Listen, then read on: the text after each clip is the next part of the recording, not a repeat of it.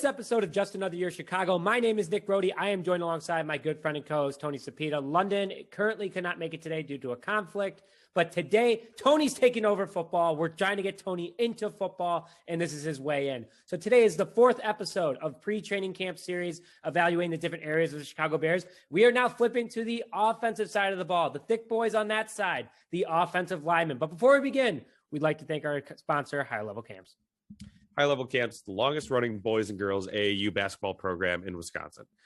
HLC was established in 1995 by their founder and retired WNBA player, Cheryl Moore, 27 years and counting.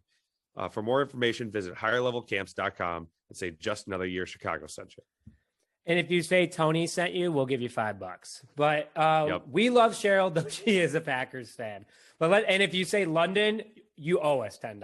So let's jump into it. The Chicago Bears' current offensive line room. This is a very young, exciting group.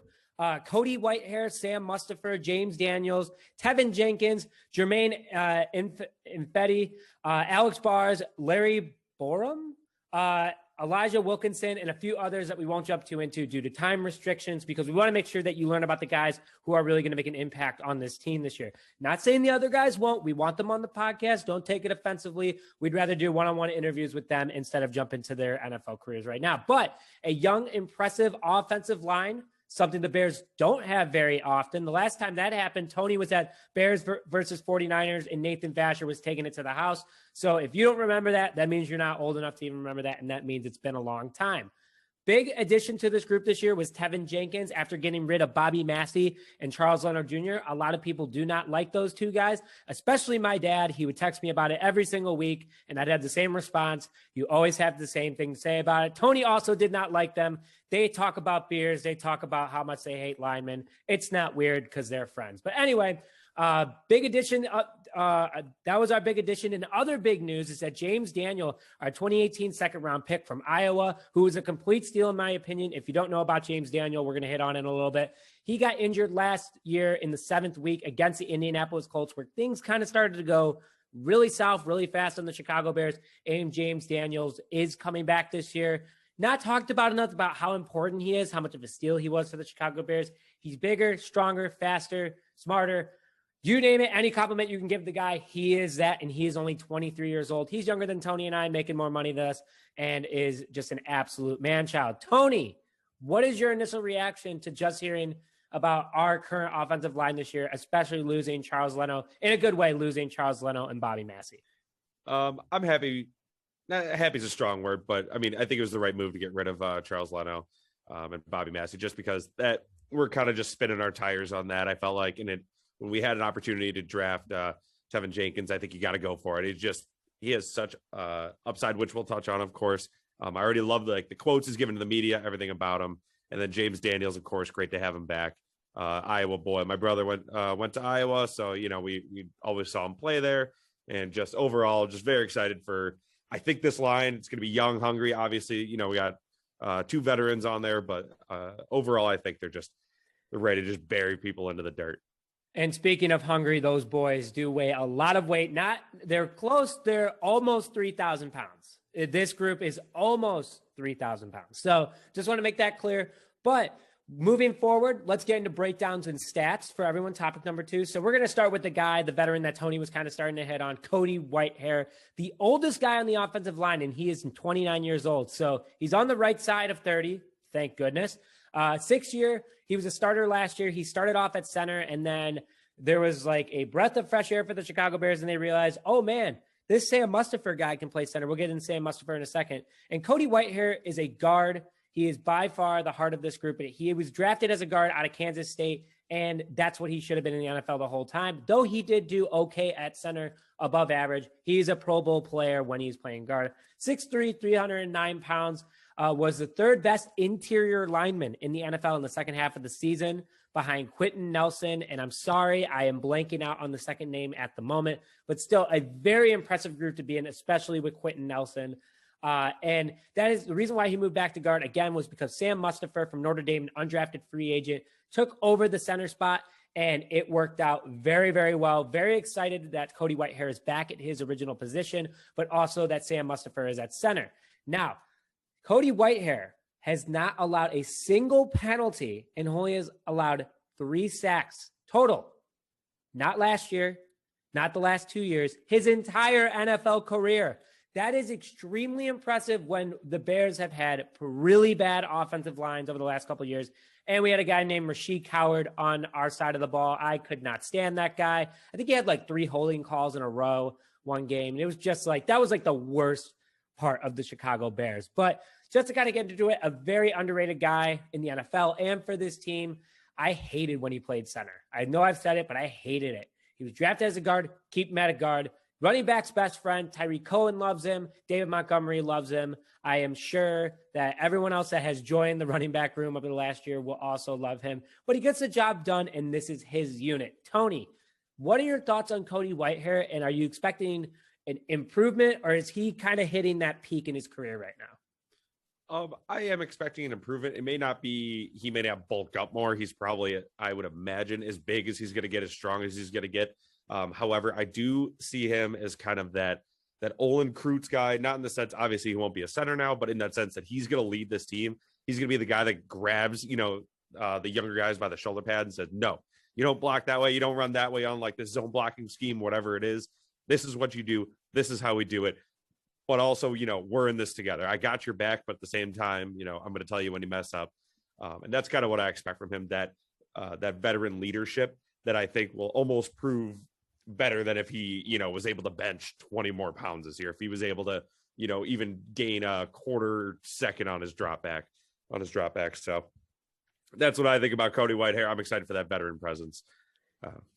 Absolutely. Yeah. And it's needed. It's definitely needed, especially with the young as a group now. I mean, it used to be Leno, you had Massey. Those were also veterans.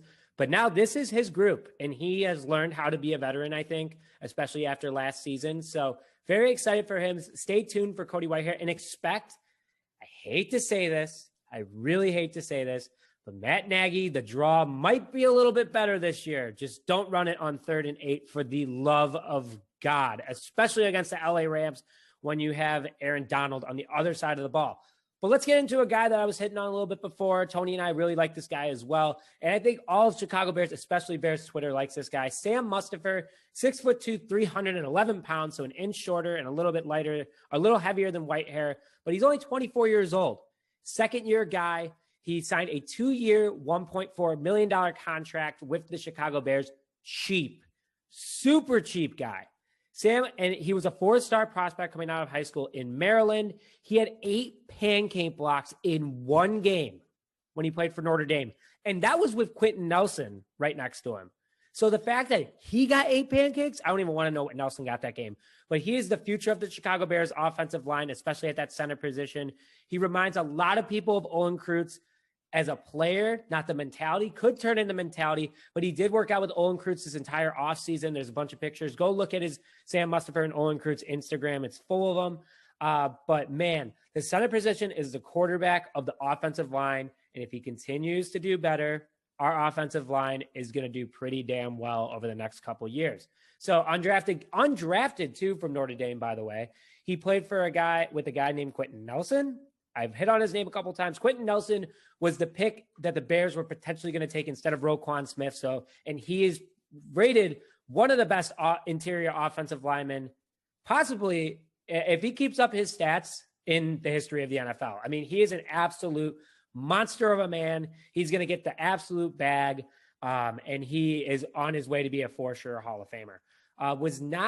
I will say this. He was given a shot this year, and he took every single advantage of it. Going back to Sam Mustipher, he definitely took advantage of that shot, and he is definitely going to be the starting center for the Chicago Bears this upcoming season. So, Tony, I know you like Notre Dame. I know that you've probably been to a couple Notre Dame games when Sam Mustipher was there. Were you able to see him have this sort of, intensity, how good he played? And what do you see out of him since he is young in the experience, and his ceiling is just unbelievably high? So what do you think about this guy? So, yeah, of course, I did see him play, of course, but I'll give you even one better. We actually know Cody Whitehair. He ended up playing. I think he was a backup for Notre Dame. He was just the 6th guy. He was just so close because that was a really good offensive line for the last, I think it was like 4 or 5 years. Basically, whenever we graduated is when he graduated. And he did say that was like, obviously Quentin Nelson. was an absolute beast. But I think he was out of there just after or just before really Sam Mustipher kind of took over like his actual spot in the offensive line. And he always said that's just the next guy. That's the next guy going in the league. That's the guy that because that Notre Dame has had very underrated offensive linemen because they always have the classic pocket passer. So I think it's going to be interesting with now we got a guy that can be a pocket passer in Justin Fields, but he could also run like you were saying, Tariq Cohen earlier.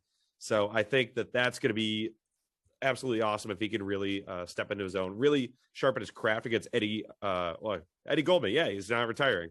And and Akeem Hicks and Akeem Hicks over, course of training camp and those preseason, leading up into the preseason. So overall, I'm really excited. Go Irish, and I'm rooting for him to succeed. Yeah, and another thing is that you raised a really good point. Obviously, that we're going to have our quarterback episode coming up right before training camp, so just stay tuned for that. But, Quentin Nelson's a young guy. Or, I'm sorry, not Quentin Nelson. Sam Mustipher is a young guy, 24 years old. Justin Fields, young guy. If they create that chemistry from center to quarterback, that's going to be the next 6-7 years, hopefully 10 years if Mustipher is able to hold his own and stay healthy and play for the Bears. But this is such a benefit. And, London wrote a note about it too that he wanted to bring up, but it is such a benefit when there's a good relationship between those two, especially when it comes to the hard count, especially when it comes to, hey, we should do this instead of this. And, when your center is able to read the defensive line pretty well, that's something that Chicago Bears fans should be looking forward to. And even for Andy Dalton, which I still am on the Andy Dalton train. If it ain't broke, don't fix it. If Andy Dalton is doing well this year, let Justin Fields sit out and learn as much as possible because he's only on a 1-year contract. Who cares? Just let it play out. And Justin Fields is definitely going to get some playing time this year. So with that. But third guy that we want to talk about, James Daniels. And this is someone that we're very excited to have back. He is 6'3", 305 pounds. 24 years old, and it is already his 4th year in the NFL. He was drafted at 19 years old in the 2nd round. So just imagine if he would have waited one more year, he definitely would have been a top 5 pick in regards to linemen. He signed a 4-year, $7 million contract last year. Another great early signing by Ryan Pace just to kind of bring in these young guys, get them on cheap deals, build this team up, have the chemistry, make them want to stay Chicago Bears, and also potentially build a Super Bowl team. James Daniels is just another versatile lineman for the Chicago Bears. He can block. He's a great run blocker. He's a great pass blocker, and he can read a defense really, really well. In 2011, James Daniels was coming out. Was James? I don't know what London wrote here, but he was a borderline Pro Bowler before he got hurt. His stats looked unbelievable, and he hasn't allowed a sack in his NFL career. 4 years in, 23 years old, and still has not allowed a sack in his NFL career. I said it before. London said it. Tony has also said it. He was an awesome pickup for a 2nd-round pick back in 2018. He was a really big part of that 2018 offensive line that helped make that offense, get the motor going, get the gears moving. I can't believe it's his 4th year either. I mean, being 24 years old, that guy can play for another 10 years and have a Hall of Fame career if he keeps this up. And last year, he put on a bunch of weight and a bunch of muscle before camp. And if you look at the 2020 video of him walking into camp, he doesn't look fat. He just looks like a big, strong man, like the mountain, but not as tall as the mountain. But he's going to be a very, very good run blocker for the Chicago Bears. And yes, it helps with the draw play. So Matt Nagy, you have 2 good interior offensive linemen. I have nothing else to say to that. What do you have to say about James Daniels? I know you saw him play at Iowa a little bit, Tony, but get a little bit more into it so the viewers can understand exactly what kind of guy this is. Yeah, so I think I'll just use a good example because you actually just covered a lot of stuff there. So if I recall correctly, he was the guy that was kind of mostly tasked with blocking Aaron Donald a couple of years ago when the Rams came to town. And he did a wonderful job because, I think we would have known if Aaron Donald was eating Mitch Trubisky's heart out of his chest, but we didn't because he did a great job. And it was still, like we have written here, 2021 was really when he, was coming out, but he was showing that promise 3 years ago. And I think it was just kind of growing pains. It's that, that week to week grind. It's a longer season, of course, in the NFL. So I think, unfortunately, he had just really gotten used to it. It was really, like you said, it put on a lot of weight and muscle.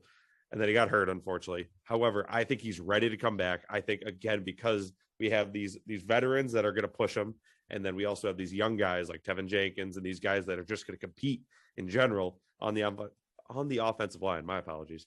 I think overall we're just going to look at breakout year 2.0 for James Daniels, a full breakout year. Full breakout year. Just stay healthy. That's key. That's the key here, folks. But let's get into a guy that a lot of Bears fans are excited about and was potentially one of the biggest draft steals besides Justin Fields. So King Pace did it this year. He's the king of finessing the NFL draft now. He went from, Mitch Trubisky to that status. So he's come a long way. Give the man a break. Tevin Jenkins, 6'6", 320, 23 years old, a rookie. So he could still put on a lot of weight and a lot of muscle in the NFL, and he's 6'6", so that is a large man. 4-year, $8.4 million contract. He got the bag as a rookie. We need to shore up our edges, left tackle or right tackle, and that is where the bulk of our sacks against us have happened over the last couple of years, especially with Bobby Massey and Charles Leno Jr., who were good earlier in their career. Didn't work out, though. But, man, listen, we have all the highlights of Tevin at Oklahoma State. Everyone's seen it. Pancaking dudes to the sideline like Michael Orr did in The Blind Side. He's mean and he's ready. He is not afraid to get in front of the press and say, I am the baddest dude on the field already, and I haven't even walked onto an NFL field. His development will quickly ensure that he is an offensive lineman, and we are for sure like a true offensive lineman, and Bears fans are definitely ready for it. Defensive linemen are losing sleep. I don't care what other people say.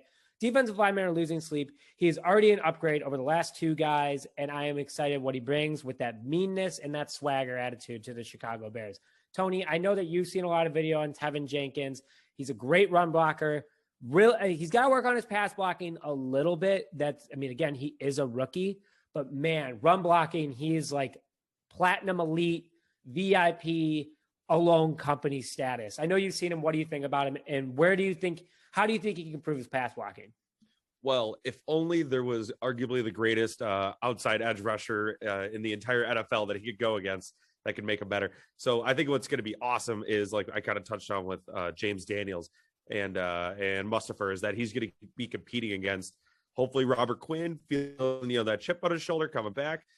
We talked about Christian Jones as well in the linebackers episode, and then obviously Khalil Mack working against him. Khalil Mack's not going to take it easy on him. That just is what it is. So I think obviously, like we said, his run blocking is going to be good, and I think he'll just improve in general from just practicing gelling as a unit, working with the guys. But also, I think again with Khalil Mack, practicing his different pass rush moves, or even if it's just bull rushing him every day at practice. It's like, all right, how can I stop this guy? If you can stop Khalil Mack, you can stop anyone. I know that wasn't a very analytical breakdown, but I mean, that feels like fair logic to use when kind of discussing how he will develop.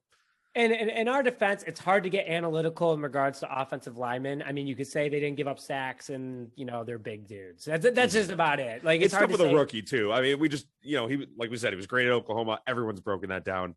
Man, I don't know what he's going to do on his first snap yet. I'm just telling you, I think, of course, Khalil Mack is going to, sharpen that blunt wooden stick into a spear.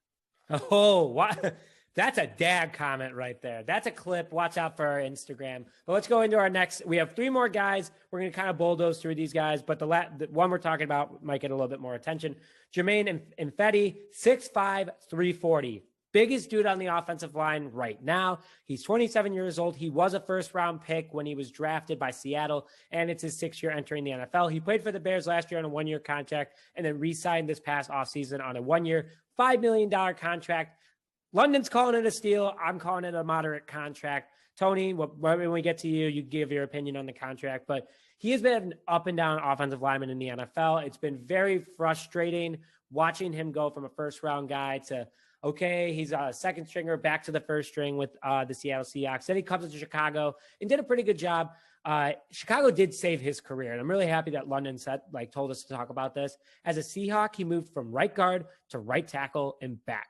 Constantly missed pass blocks, was not the strongest run blocker, which led Russell Wilson to running for his life. But he comes to Chicago, has a young, solid core, a good offensive line coach, and had a pretty solid season last year. Not a Pro Bowler, but for what he paid him, did really well.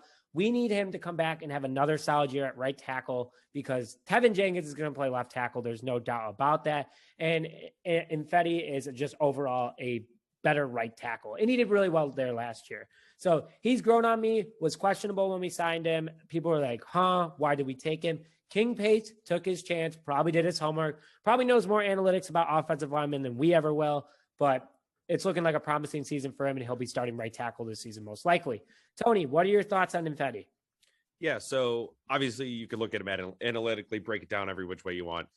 There's always this human element to this game that we're breaking down.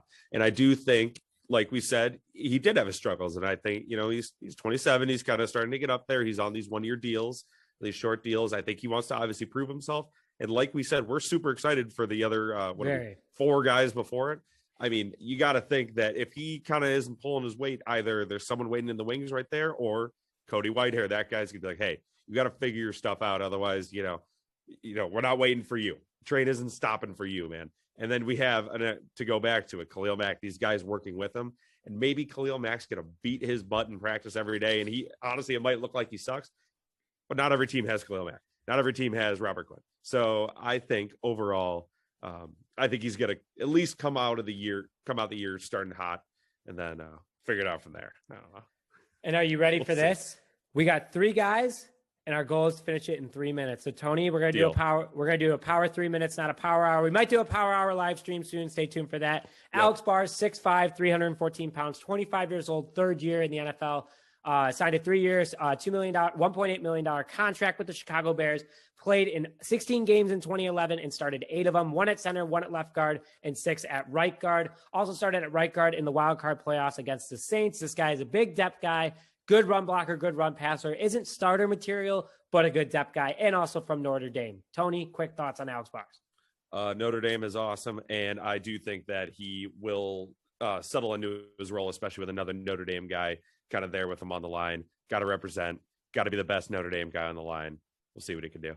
What, Alex Bars or Sam Mustipher? That's what I'm saying. We got to figure it out. I think it's going to be, I also think it's going to be Sam Mustipher. But hey, trying to fire him up when he listens. All right. He's going to be like, oh, yeah, all right, I'm going to go into camp, try to steal and start a job. Sorry, Alex Bars, it's not going to happen. But he's a great depth guy. I like him a lot. Tony likes him a lot. London likes him a lot. Next guy, Larry Borum. I think I said that right. Mizzou guy, 6'5", 322 pounds, rookie. Signed a 4-year, $3.8 million contract with the Chicago Bears. Absolute steal. Larry, again, is a spitting image of a Chicago Bears lineman. Big dude. He could play both tackle positions and guard if really needed. We need versatility, especially on the Bears offensive line. The injury bug loves the Bears offensive line. He's a mean dude. He's a 5th-round pick, has a chip on his shoulder, and he's just a massive human being with raw abilities of hand placement. That is what he's known for. He's really good at blocking. Definitely better a pass blocker than a run blocker, so that's just something he's going to develop over the next couple of years. And he's likely not going to be a starter this year, but could be next year. So more great rookie depth. It's good to get these guys in early, and he's going to be on the team for the next 4 years.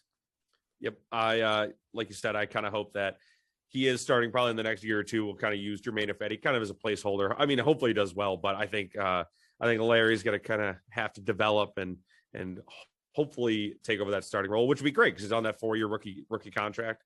And then at least we can get him for 3 years before he's due the max because he's going to be, the best lineman in the league. So we'll see. Best right tackle. Oh, wow. Tony is bringing... That's bold prediction. Tony's take.